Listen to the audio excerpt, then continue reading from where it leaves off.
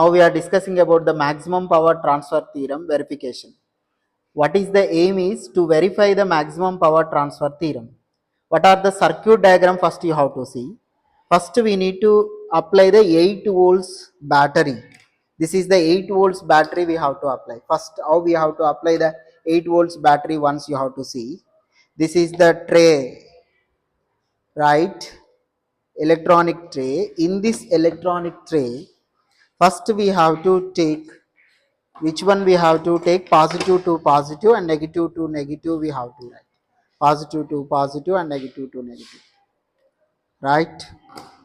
Positive to positive, negative to negative, positive to positive, negative to negative you have to apply, right? You set the potential. How much potential you have to set? 8 volts you have to set it. 8 volts, 8 volts you have to set. Clear? How much? 8.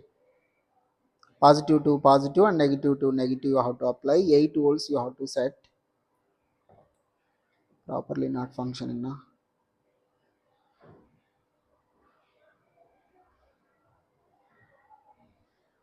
Right, 8. Why it is not jumping? This side we will see. This side we are seeing. Once you have to take positive to positive and negative to negative.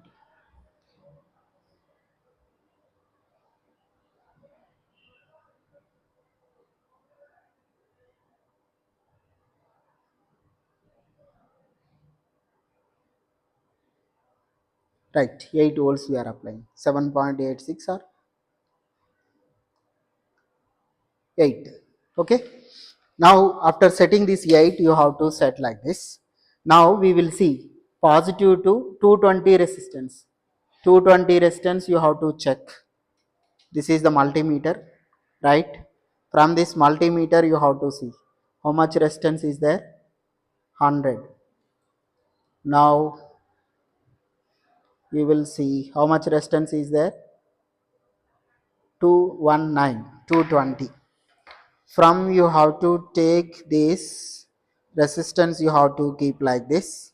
From positive to 221 and we have to keep. Based on the circuit I am connecting.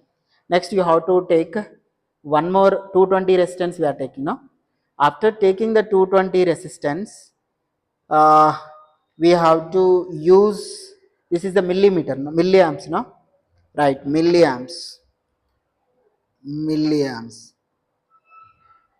milliamps positive, milliamps negative to, where we are giving the milliamp negative, milliamp negative to we have to give at the junction, we have to give at the junction,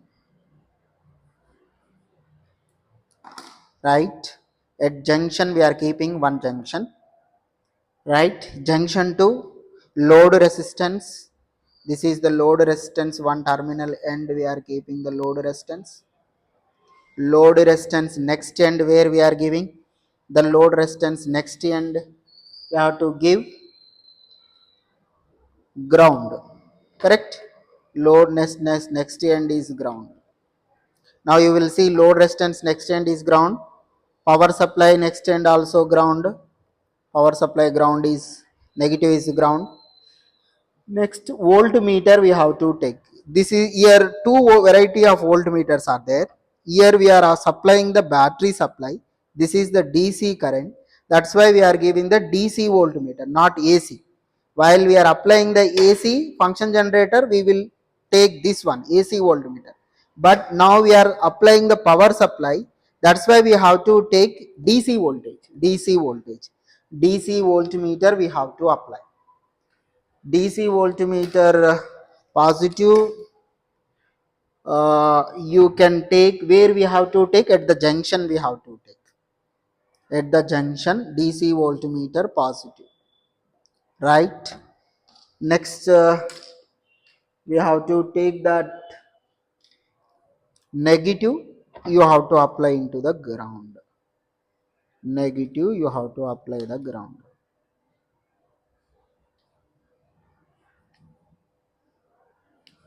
negative, you have to apply the ground. Clear? This is the circuit diagram. Once again, you have to see the circuit diagram. Positive, I am applying the power supply, positive, applying the resistance in a 220 resistance. Latter power supply another end to milliammeter positive, milliammeter negative to I am taking one junction. That junction to the load resistance one end I am giving. In the same junction, voltmeter positive I am giving. Clear? In the ground, how many grounds are there? In the ground, once you have to check the ground, voltmeter, voltmeter negative is the ground, correct? Power supply negative is ground, and load resistance one terminal is ground. How many grounds are there? 3 grounds are there. Now circuit is over. After finishing the circuit, what we have to do? So we have to take, so at least one thing you have to remove. Now we are going to the observations purpose. 220 is our RI. 8 volts we are applying the voltage to function these devices. Now apply the thing. First you have to take 20 volts, you have to take 20 ohms. 20 ohms you take. 20 ohms you have to take, and you will see the voltmeter reading and milliammeter reading you have to see. Voltmeter reading and milliammeter reading. Clear?